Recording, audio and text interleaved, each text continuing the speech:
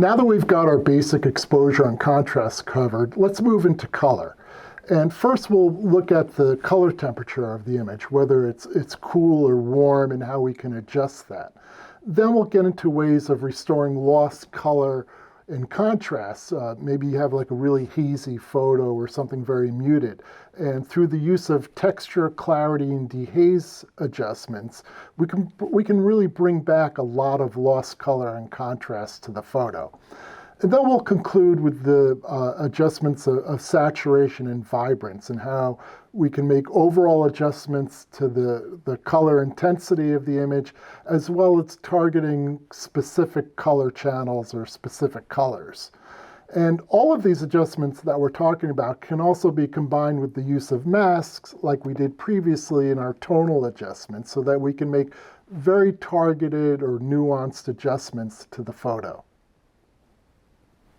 Here's a landscape photo shot in the Catskills of New York, and you can see it's kind of a hazy, misty shot. There's a lot of water in the air, which is diffusing the image.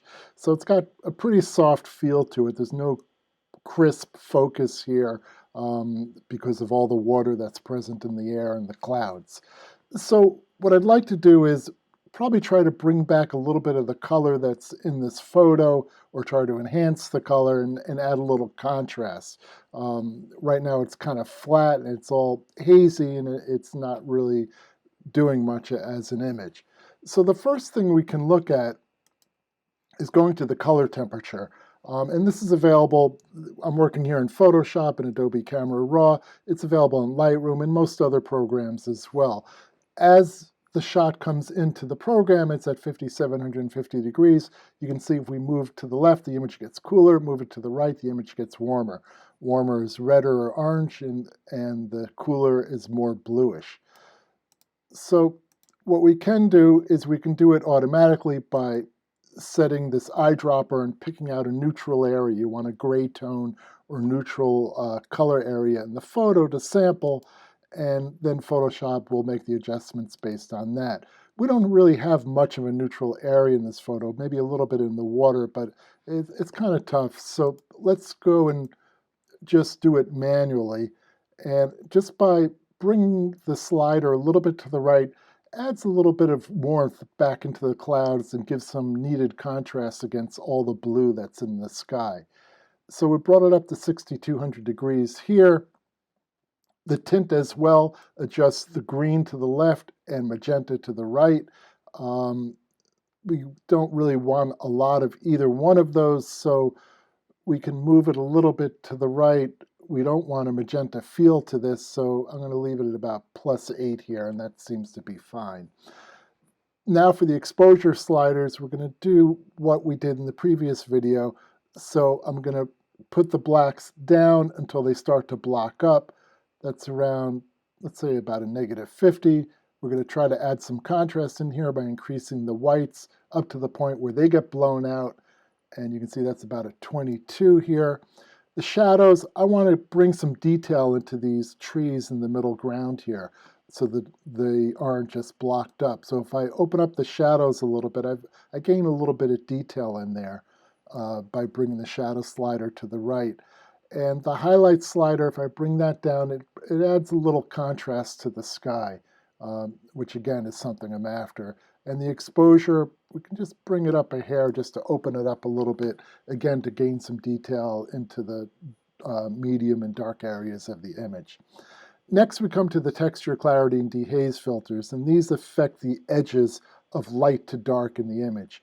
So in the sky, our edges of light to dark are very soft and kind of spread out. It goes from light to dark over a long transition, and it's very gradual. Whereas if you look at the ripples in the water here, it goes light to dark very rapidly, and it's a very sharply defined transition from light to dark. So texture, the texture slider, which could be called structure in other programs, affects more of what's going on in the water. It's going to affect the sharp transitions from light to dark or dark to light. And so by adjusting that texture slider, let's say all the way to the right, we gain a little bit more contrast and definition to the water. Bringing it all the way to the left, it gets kind of soft and almost painterly or watercolor. So in this case, and it doesn't affect the sky so much either. So I want to bring it up a little bit, gain a little bit of contrast into the water, and it'll enhance it a little bit and add a little more definition. Um, Next, we have the clarity, which affects more of the midtones and definitely works more in the softer areas again. So by bringing up the clarity, you can see it affects the mountains a bit. We're gaining a little bit of contrast in there, and it cuts through the haze a little bit. So we'll bring that up a little bit. And the dehaze filter is pretty much what it says. It cuts out the haze a bit. It'll restore color and contrast to the image that's lost due to the atmospheric haze. So if we bring that up, you can see it really does cut through it, adds some contrast. If you go all the way, it gets really dramatic and pretty artificial. You could also go the other way, and if you want to create something that's kind of painterly, that's an interesting effect as well. In this case, we're just going to cut through a little bit of the haze, bring it up to the point of, we don't want to lose all our haze because that's part of the beauty of the shot.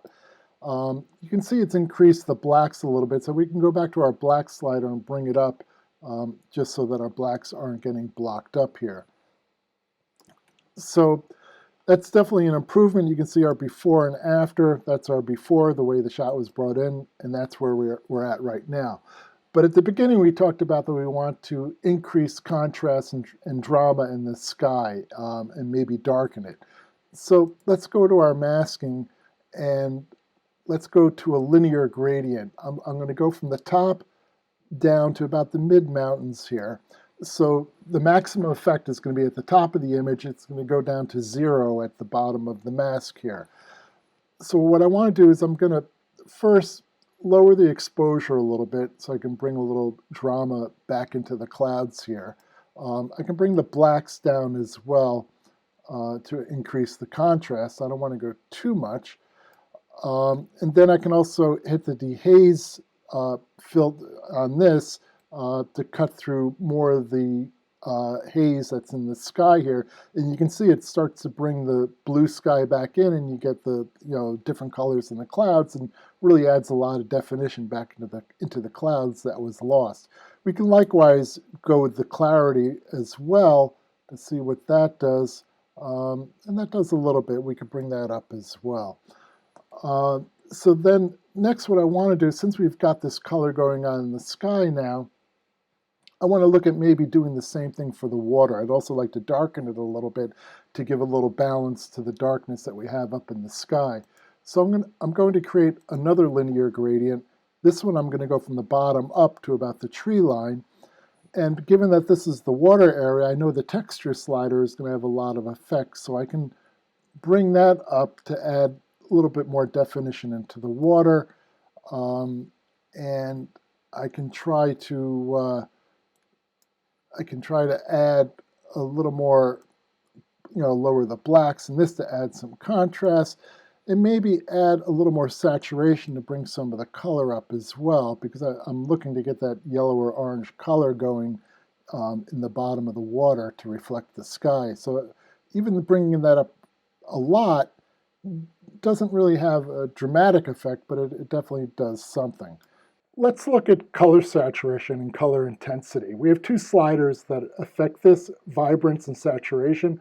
Vibrance targets primarily your midtone values. Saturation will attack all colors across the board.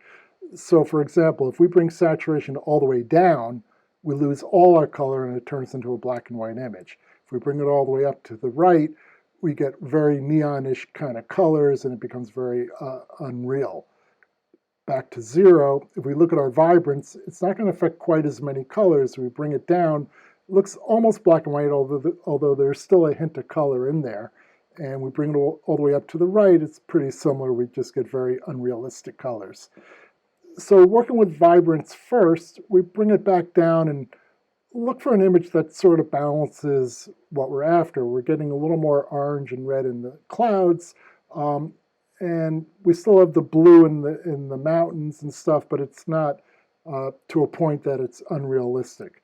Saturation, we want to be a little more nuanced with and not quite as heavy-handed. So we could bring that up to maybe, I don't know, 7 or 8 here, where we're getting a little more intensity of color, but again, it's not to the point that it's so unrealistic.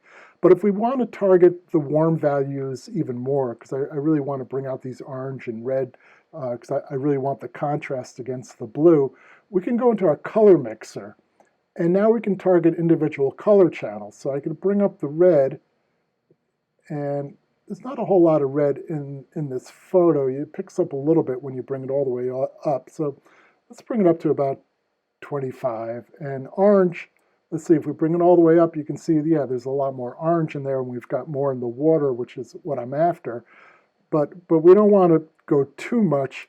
So let's bring that up to about, I don't know, we got 22. Let's see what happens with yellow. If we bring all that up, it blows out some of our highlights. So we want to be a little careful with that. So the yellow, we go a little bit less, so we can go probably about a +3 or so. And so now, if we go before and after all our color saturation work, that's what we started with. And now we've got some nice contrast in the clouds. We've got a little more drama in there. We still have the blue haze in the mountains, but there's more definition of the different mountains. And plus, we've gained more definition in the water. The ripples are more pronounced, and definitely it's a stronger image overall. From this example, you can see how we could take a dreary and flat kind of image and really bring some life back into it. We began by looking at the color temperature, whether the photo was cool or warm, and whether or not we want to make an adjustment for that. And then we looked at the areas of transition from light to dark, whether they're abrupt or sharp, like in the case of the water, where we had the ripples, or whether they take place over a larger area, like we saw in the clouds in the sky. And through the use of dehaze, clarity, and texture sliders, we could make those adjustments and target those specific areas. We could make further targeting through the use of masks in conjunction with those sliders, as we did with the tonal adjustments previously. And finally, we looked at color saturation, or color intensity, and how we could bring that back as well. And again, we could do more targeted approaches with that too, through the use of targeting specific colors. So overall, you can see through the use of all these things, we could take a kind of an innocuous, kind of blah sort of image and really bring some life back into it and really make it into something that was almost completely unexpected.